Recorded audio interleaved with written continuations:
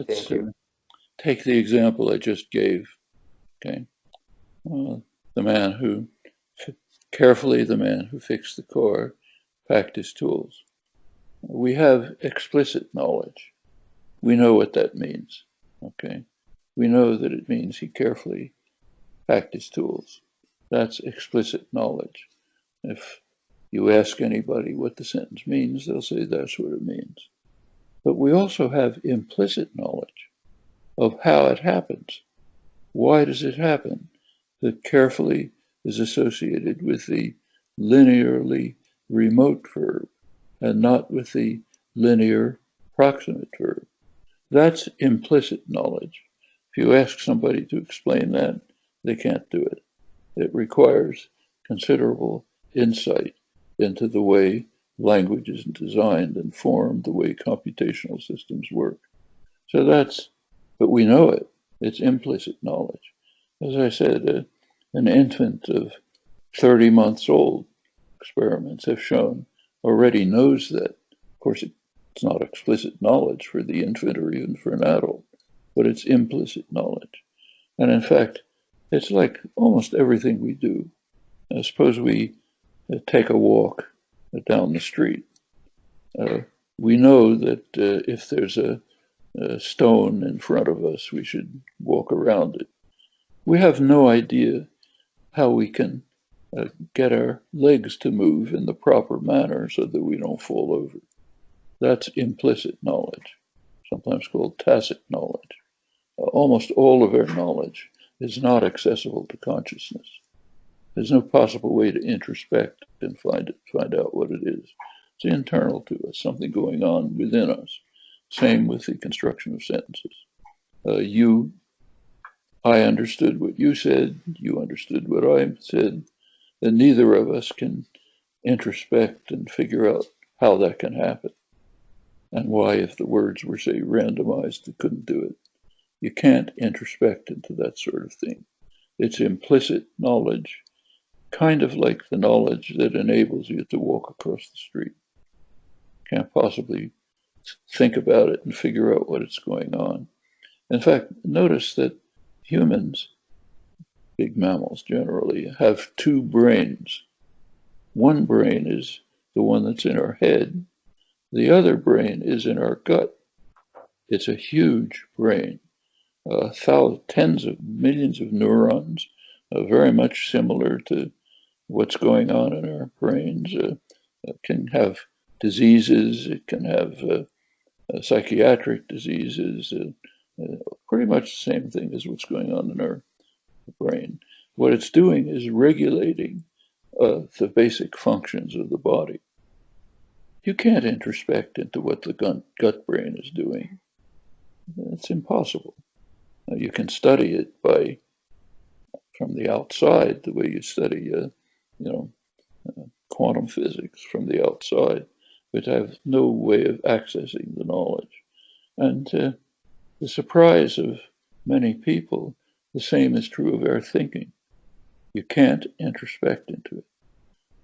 Even what we call inner speech, like talking to yourself. You can't go a minute without talking to yourself. It takes a tremendous act of will to stop this inner discourse that's going on all the time. But it's not inner. It's external. It's the externalization of language when your articulatory organs aren't working, you decide to inactivate them. What's going on inside is very different. The structure of the sentences that yields their meanings is absolutely beyond the level of any introspection, just like the operations of the gut brain are, or walking across the street. So there is implicit knowledge and explicit knowledge, and of course, there's interaction between them. Some of implicit knowledge does surface as explicit knowledge, but very little of it, and mostly quite superficial. Thank you Thank very you. much. Thank you, dear professor. So, if I'm not mistaken, you now mostly believe in continuum rather than a dichotomy, isn't it? Sorry, but I didn't understand that. Could you say it again? I said, which one do you prefer to use about the relationship between implicit and explicit? A continuum or a dichotomy? Well, actually, not very much is known about that. When you're what we call talking to yourself, suppose you walk into a room and you see a friend of yours sitting there, and you think, oh, I'll go over and talk to him. But then you notice that he's talking to somebody else, and that other person who you know will be insulted if you say to the guy you were thinking of what you were planning to say. So you say, okay, I'll say something different. Then something else happens and you decide on something else. All of this happens in an instant, a single instant. You think you're talking to yourself, but you're not. If you really think about it, little bits of fragments are coming into your mind. A piece of a phrase, or maybe the end of the sentence before you begin to start the sentence. And from all of this is happening so rapidly that it would be impossible to articulate it. Well, that's the interesting part of language and social interaction. The part that you actually see on the surface is very unrevealing. I mean, for our lives, that's what we deal with. But the internal part is where all the interest is. In fact, there's some very strange things known that have been known for some years, not very well understood. So there were experiments a couple dozen years ago which showed that if you're deciding to, say, lift your finger a couple of 100 milliseconds before you lift your finger, you're conscious of wanting to lift your finger. But about maybe 300 milliseconds before that, the physical motions are already in. The brain is already carrying out and planning the actual motions which are going to take place. This is long before you become conscious of having made a decision. So all kinds of means the decision was actually made unconsciously, well before the plan to carry out the action even reached your consciousness. I mean, these are all, in a way, they shouldn't be too mysterious. It shouldn't be too mysterious that it's happening, because that's the way everything in the body works. Like you're totally unconscious of your gut brain. You're totally unconscious of how you walk across the street. You can't possibly become conscious of it. And the interesting recent understanding is that the same is true of your thinking and your speaking. Almost entirely unconscious and beyond the level of consciousness. Little bits and pieces come out. We don't know why or how. Thank you, dear professor. Yes, thank you very much, Mr. Karaji, Professor Chomsky, for the insightful comments. I think Professor Krashen has some comments to add. So, Professor Krashen, would you please? Yes, can you hear me? Yes, yes. Good. I want to comment on the relationship between implicit and explicit knowledge, of course. When I was a graduate student at UCLA, which was the center of Chomskyan research, we were taught the theory, and it was obvious to me and everyone else, I now know this was dead wrong, that all we had to do was learn all about the latest descriptions of grammar from MIT and apply them to the classroom. I remember when Paul Kaparsky's papers came out, and we were all charmed by his analysis, factives, etc. I remember going over to my colleagues, I was also teaching English as a second language, saying, we now know how to teach this structure. We simply give people the rule that Professor Kaparsky came up with and give them exercises where they can practice it, correct them, and everything will be fine. We have the last 45 years of my life is showing the limits of explicit knowledge. It's simply not that way at all.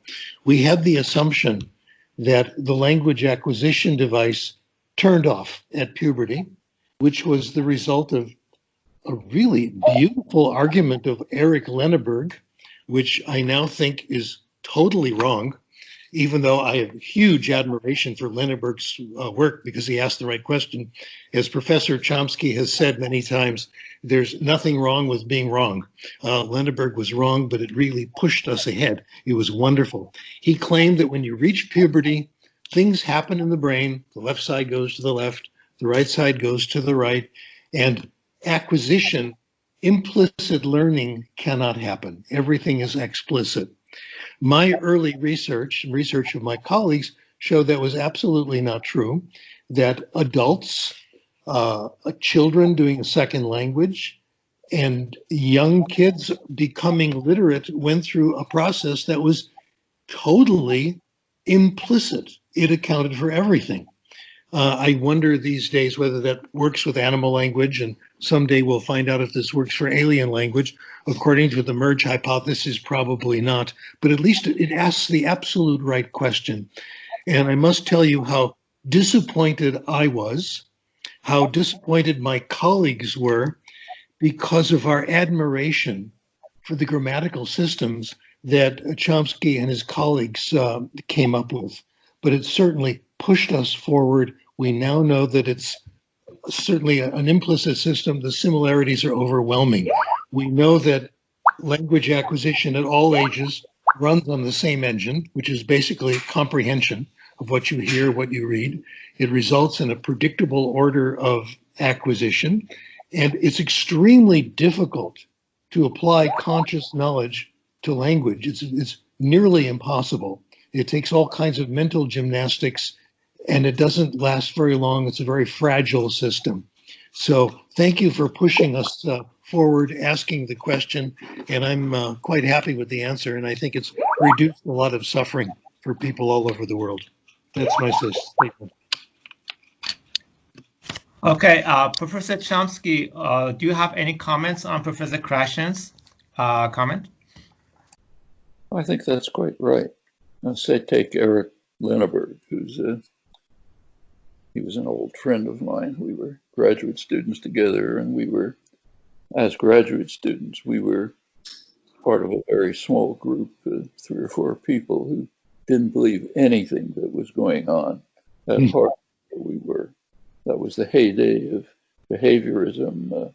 Quine, Skinner, others, it all seemed crazy to us. We were off in some corner. Eric went off he made some very amazing discoveries, some of which he never even published because they were so outlandish that it didn't seem possible. So, for example, he was very much interested in language growth under unusual conditions. So, language of the deaf, for example. And one of the things he did was visit the school, I think it was the Perkins School, it was called, for the deaf in Boston, and observe what was happening.